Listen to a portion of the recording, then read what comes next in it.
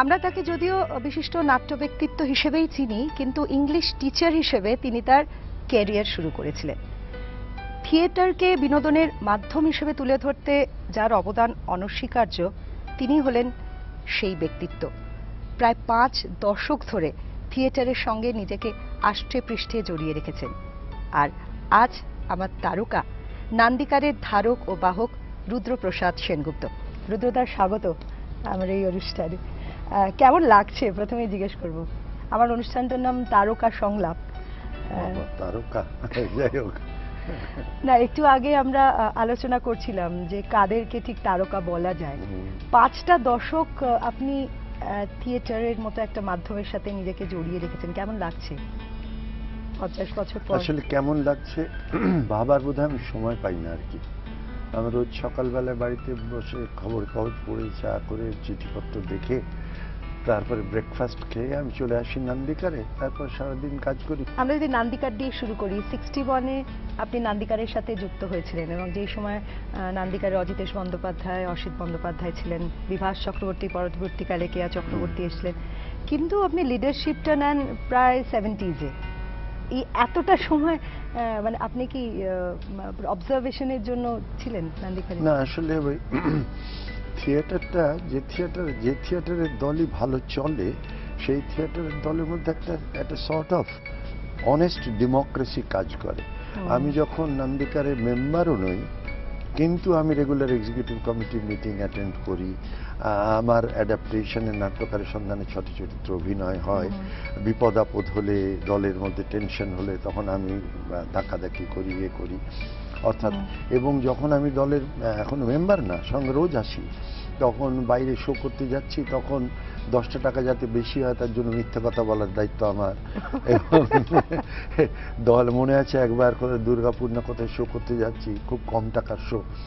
তা আমি বুঝতে পারছি যে কম্পার্টমেন্টের বাকি ট্রেনের ছেলেমেয়েদের খিদের কথা বলছে তারা। আমি টুক করে নেমে গিয়ে অন্য কম্পার্টমেন্টে চলে গেলাম, কারণ তাহলে ওরা খিদে বলবার লোক পাবে না, ওই টাকাটা বাঁচবে। এইরকম করে করে কাজেই আমি যখন লিডার ছিলুম না, তখন আমি লিডারশিপের পার্ট ছিলাম, এবং পরবর্তীকালেও আমি কিন্তু কখনোই লিডার হইনি। আমি সবসময় আচ্ছা এটা করলে কি হয়, সেটা করলে কি হয়, এই নিয়ে সবসময় এক্সপেরিমেন্ট করেছেন একটা মানে রিয়েলি ডেমোক্রেসির জায়গা থেকে। একটার যেমন তোমাতে আমাদের যদি পার্ট করি, দুজনের মধ্যে যদি একটা মানে কি বলবো আন্ডারস্ট্যান্ডিং তৈরি না হয়, তাহলে যেন অ্যাক্টিংটা হবে না। তেমনি সংগঠনও ভালো করে থিয়েটারের সংগঠন চালাতে গেলে পরস্পরের মধ্যে সেই কথাবার্তা যদি সর্বক্ষণ না চলে, তাহলে হয় না। তো 50 বছর একটা সংগঠনকে নিয়ে যাওয়াটা খুব কঠিন কাজ। তার জন্য ভাঙে, দুঃখ হয়, কষ্ট হয়, রাত জাগা হয়, 3 দিন 4 দিন একা ঘুমোচ্ছি না সেরকম হয়, আবার কখনো কখনো আনন্দে ভাসি ইত্যাদি। তো সে তো পার্ট অফ দেখে আই হ্যাভ চোজেন দ্যাট। আমার প্রেমে তো নাটকে আসাটা কি মানে হঠাৎই নাকি ছোটবেলা থেকে একটা প্রিপারেশন? আসলে এই বয়সে এসে বুঝেছি কোয়ান্টাম মেকানিক্সের ওই যে প্রিন্সিপাল অফ আনসার্টেনটি, ওটা সর্বক্ষণ সব জায়গায় চলে। এই যে তোমার সঙ্গে আজকে আমার এখানে দেখা হলো, সেই অ্যাসোসিয়েশন আছে নিনি, শানি, তোমার বাবা, তোমার জ্যাঠা, এদের সঙ্গে পরিচয় ছিল, তো তখন হয়নি কেন? দেখো কোন কার্যকারণে এরকম হয়। তেমনি আমি আমার বাড়িতে একটু সামাজিক মনস্কতার বাড়ি। আমার সেজ দাদা কমিউনিস্ট পার্টি করতো, আমার দাদা খুব মেজ দাদা সাকসেসফুল টিচার ছিল, তার ফলে সর্বক্ষণ বাড়িতে যাতায়াত, শিক্ষকদের, ছাত্রদের।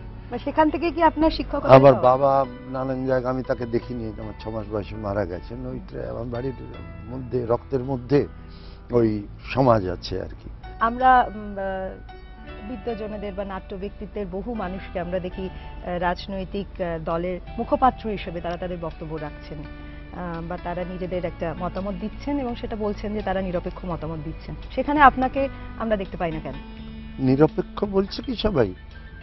কেউ কেউ মানে অনেকে তো পরিষ্কার বলছে যে আমি যেমন এই যে আমি যাদের যতটুকু আমার চেনায় ভুল থাকতে পারে, কারণ আমি এটা ইন্টারেস্ট নিই না আর কি, যে কে কি রাজনীতিকে কাকে সাপোর্ট করছে তাতে আমার বাপের কি। সেই জন্য আপনার কখনো মনে হয়েছে যে এরকম আমি ফ্রম কেস টু কেস, যেমন সম্প্রতি একটা খুব মজার ঘটনা ঘটলো। আমি সাধারণভাবে অধিকাংশ জায়গায় ওই যে পক্ষ প্রতিপক্ষ নানাবিধ ঘটনা ঘটে না, তাতে আমার একটু অবাকই লাগে কখনো কখনো যে অনেক লোককে দেখি যেন সকালবেলা থেকে চুলটুল নাচড়ে বসে আছে, ওইখানে গিয়ে বসে কিছু কথা বলবো বলে।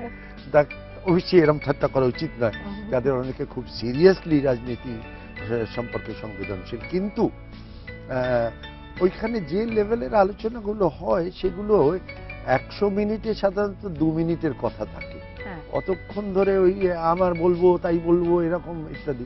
দ্বিতীয় কথা, রাগ এবং ক্ষোভ এবং নিন্দা এগুলো এত স্ট্রং অনেকের মধ্যে থাকে, তারা আলোচনা মানে যে পথ, আলোচনা মানে যে আলো, শুধু চোনা নয়, এই জায়গাটা।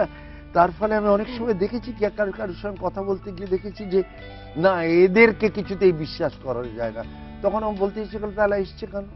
আমি তোমার সঙ্গে আলোচনা করে যদি কোনো সলিউশন বার করতে পারি, সলিউশন বার